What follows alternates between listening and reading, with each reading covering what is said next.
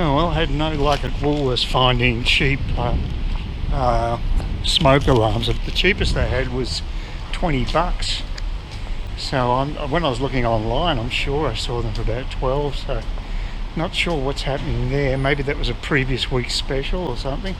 I'll check out Coles and see what I come up with, or maybe Kmart, and try to get that sorted. The other thing I didn't mention about about getting the door fixed, the door lock, the main door lock. I rang up the guy last night about 5 o'clock, and he said he'd make it the following morning, which is pretty good. And he asked how much it would be, and he said, $60. I thought, oh, that's pretty reasonable. But once he saw the actual job today, he had him and his assistant, it just kept creeping up, and eventually doubled to $120, basically because it's a fire rated door, and apparently that affects what type of lock you can put in there, and had to be some extra plate that had a longer plate or something or other. So the actual lock itself costs more, and of course he's going to be charging more for the labour, because it took him a long time to fiddle around to get it in. It wasn't an easy job. So that was $120 I wasn't expecting to drop today, but I guess I'm going to have to get used to that feeling, because getting this place up to scratch is going to be a few expenses along the way.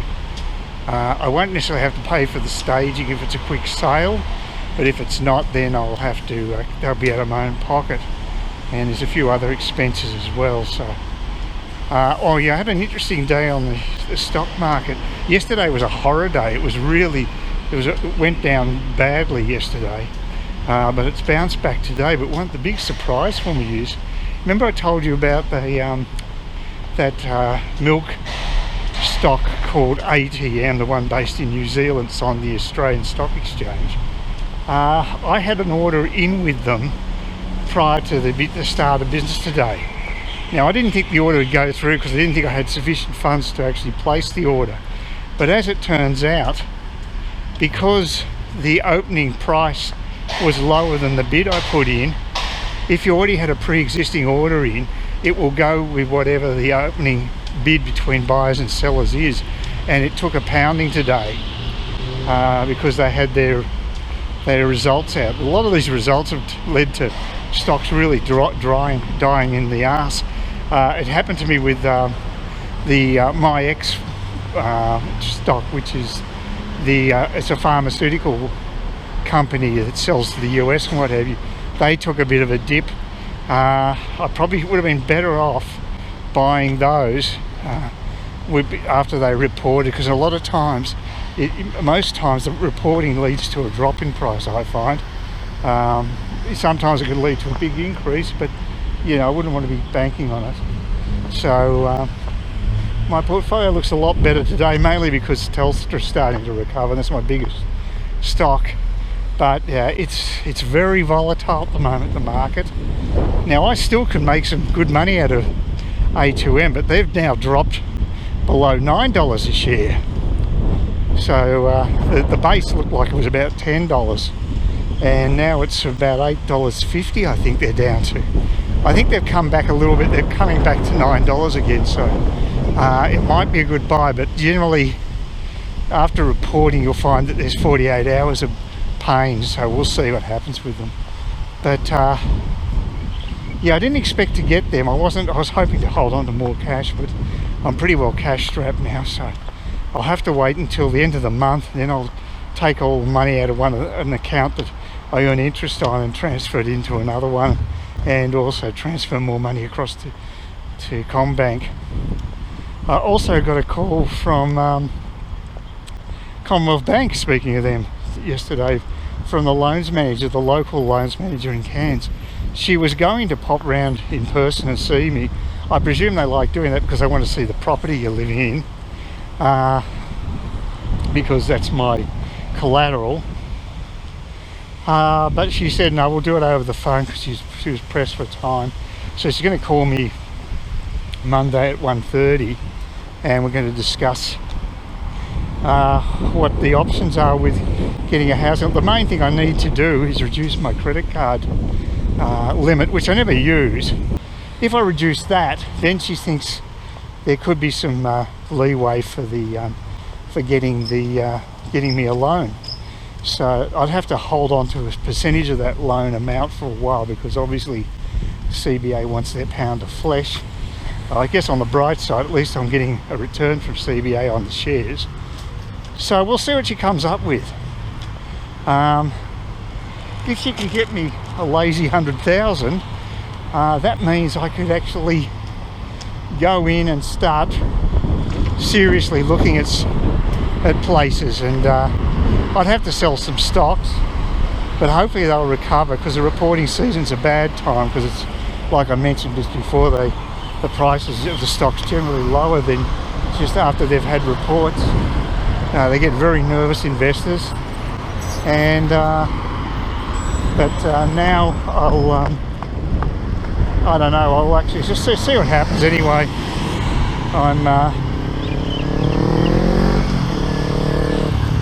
I'll have, look, the point is, if it'll give me a few options, and like worst case comes, I'd have to basically sell some stocks at a loss just to make up the money. But we'll see. It's not a big deal. I can certainly get a bit of cash back together. My CIM shares, one of the first ones I bought in this round, they're actually back in profit now, so that's good, because I'm not even going to pay dividends until about June, so that's good. I must admit I was pretty slack with those MyX files, because shares, because I actually thought that they paid dividends, but then I looked at the date, double checked it was in 2011. For some reason the CommSec thinks it's wise to quote them getting dividends back then. I don't think it's even relevant. They shouldn't be doing any reporting on dividends until it's recent times, unless they've been earned in recent times. What's the point of providing information back in 2011? I didn't look at those dates. It's my fault, but it shows you can't trust them at providing good information, because I think that was misleading. Because most of those dividend information is the last quarter. So why they'd put in some old information like that, all it does is I got caught and I bought them, and now they've dropped because they reported, and it's just basically a capital gain stock. There's no divs, and I'm not happy about that, because I thought they were paying divs. But it was my fault. You just got to be diligent. You've got to look at the fine print and know exactly where it's all about information, after all, having good information. So we'll see how it all pans out. I'm a bit nervous switching from cash to shares, because there is a risk element involved with that. So if anybody does that, just be aware that if you get in the share market, it can be volatile. It's very hard to pick the bottom, because institutions basically run the show. I think I saw online one of these investor advised places, they said about 70% of the money is from institutional investors, and mugs like me who are retail investors, we are obviously minnows compared to those guys. They can really swing the market, and they probably also have access to information about companies that we can't possibly have, and that's not good too. So it's not really a level playing field, in my opinion. So, but I'm actually down on the whole corporate culture in our society at the moment, because I think when you look at a way that they can affect things politically, I think it undermines the democratic system. I think we need to basically bring some of these people down to size and allow new entrants in, cut out red tape, and allow companies that are smaller to have a chance to grow. I don't know if that's the case right now. I don't think it is. Anyway, heading back to my place. Hopefully the key will work in the lock. This is the first time I've tried to get back in, and actually it does work better. You know, I don't have to lock the door all I do is push the snib, the button in on the inside, and then slam the door shut, and it will shut. It'll be locked automatically. So that's an advantage on the new lock. So yeah, the old one looked like an original. Looked like it'd been there a long time. So it's just bad luck. I had to get it done before the sale, but I thought I'd been there 3-4 years, but actually I've only been in this place 3.5 years. So well, it's Friday and it's just had a bit of rain and it's fairly hot and steamy out, but I need to get these smoke alarms. I also probably need to get a haircut. I need to get out of the flat because I think I got a bogus phone call on my mobile, and it was from another mobile trying to make out they're law enforcement, and the whole thing sounded pretty dodgy. The stock market's been a horror today, an absolute horror, and the irony is the only stock of mine that seems to be doing marginally okay is the A2M. Yeah, but it's come reasonably good today. It's not in profit, but it's close to being in profit. So, but everything else is a disaster, a total disaster, compounded by the fact that it's reporting season, and Telstra went ex-dividend, which sort of makes it even worse. It was a really bad day so far today. It's marginally improved in the afternoon, but it's still a shocker. I think it's almost 200 points down. I think it's down to about 150, but still a very bad day. So you've got to basically take the rough with the smooth with the stock market. If you're not prepared to take a bit of pain and hang out for better times, man. But you know, there are a lot of doomsayers out there about everything to do with the economy.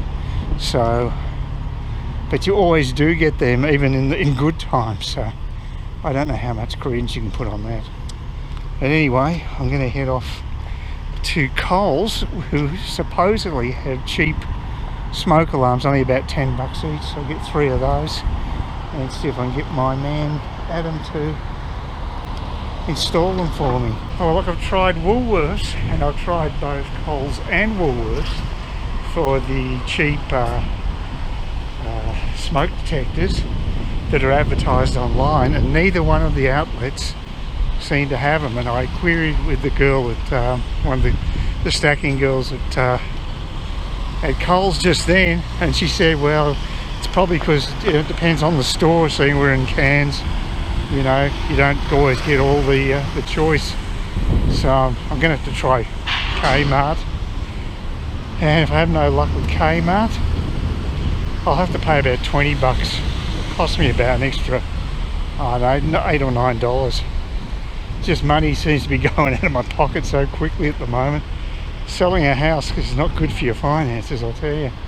Once you get the money, I suppose it's all right, but yeah, there's a fair bit of stuff along the way. So, and having the stock market kick me in the guts doesn't help. So we'll see. I'm going to be philosophical. I'm going to call up this number I reckon was bogus, was sort of a prank type call, and see what sort of who answers, if anybody answers. It was an automatic call, so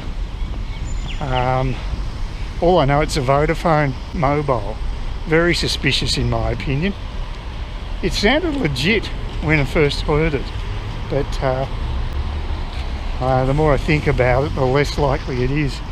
So I've contacted the local police here, but they're flat out. I went to their actual office. I went to the hairdressers as well. In both cases, there was a lot of people waiting for the cops or a haircut. So it's a busy day. Guess Friday, that's what it's like. I got myself a Supreme McCain pizza for $5.50. You're not going to get a $5 pizza if you go out. As a matter of fact, the last one I had, which I was shouted by a generous subscriber, was actually over $20. That was at the Trinity Beach Tavern, I think it's called. It's the official name for the pub there. Nice place, but the food's a bit over. Well, it's not just there; it's everywhere, really. Mind you, the Indian costs about the same. So, although it was a good quality meat and things I had in there, the ingredients were good. So I'm not complaining. I've had a couple of meals here since I've been here to restaurants, but yeah, the food was fine. It's a relaxed service you get up here. It's nice. So no complaints.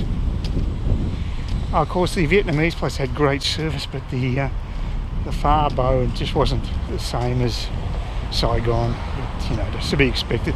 Apart from else, they're going to change the formula for an Australian clientele anyway. So I like the authentic stuff, and I like the way the Vietnamese do it. It's brilliant. And a lot of Vietnamese agree, because it was pretty packed out where I went. And I was about the only Westerner I saw there. Okay, there was one occasion I saw a couple of Westerners, but like very, very rare. And I went there every second day, so I knew the place pretty well. Please consider subscribing to my channel if you think there's anything there of use to you, or entertainment, or whatever. And either do that or give me a thumbs up, or if you're feeling really energetic, do both. That'd be great.